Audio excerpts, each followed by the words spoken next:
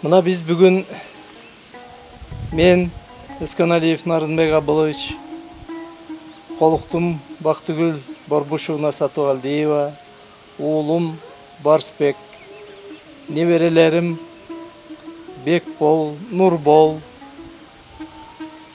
Ербол, Азирет, Ареттер болып, Чоңташ айлына келіп, Чоңташ жергесінде айтылу ата бейітке келіп, аталардың арбағына Құран оқыдық.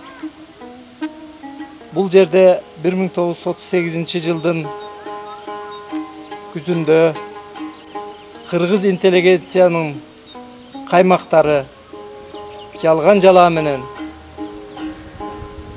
құр өкімменен атылып кеткен.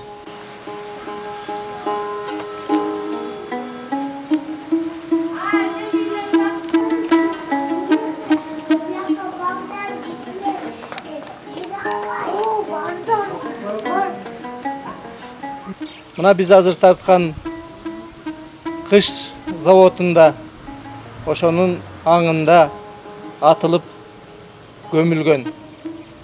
Кийин эгемендүү мамлекет болгонубузда бул жер табылып,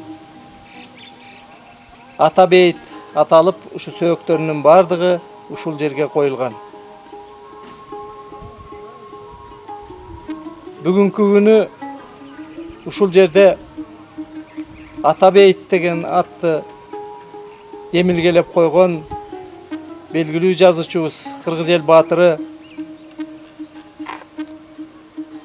Чыңгыз Төрөкулович Айтматовдун да сөөгү жатат. Ал киши 2008 жылы июнь айында кайтыш болгон, 80 жаш курагында.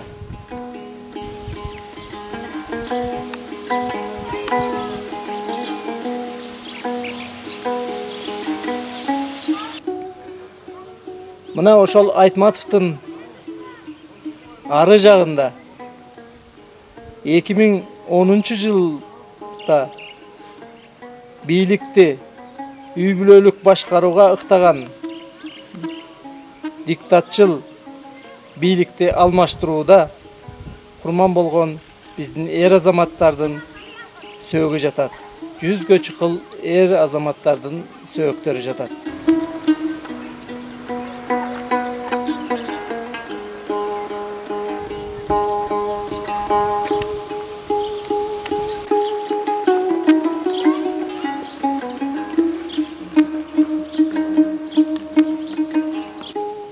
Ошондой эле жогоруда көрсөтүлгөн 1916 жылдагы үркүндө курман болгондордун